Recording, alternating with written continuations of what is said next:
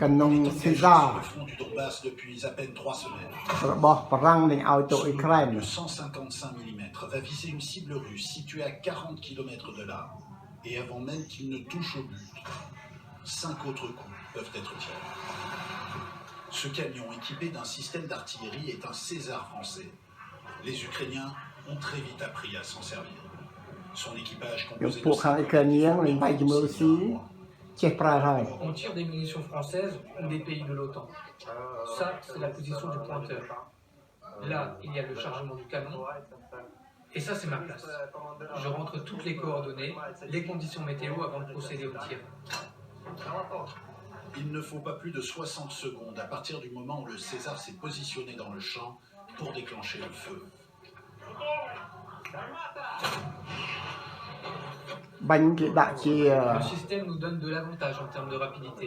L'ennemi n'a pas le temps de nous localiser. program ដល់អីទាំងអស់ក្នុងហ្នឹងដឹងកន្លែងណាទៅបាញ់គឺឲ្យវា Car Chom. en quelques secondes, ces hommes quittent ចំកន្លែងនៃតង់របស់រុស្ស៊ីហ្មងណាតាមមកទៅទេវាចំ On est resté une semaine en France pour se former.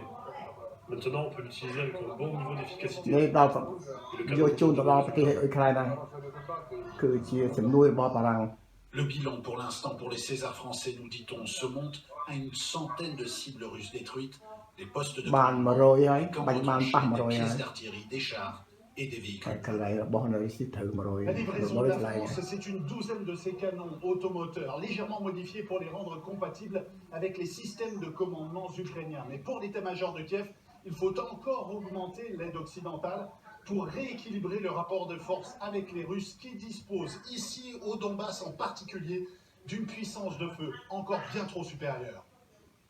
Des Anglais, des Américains.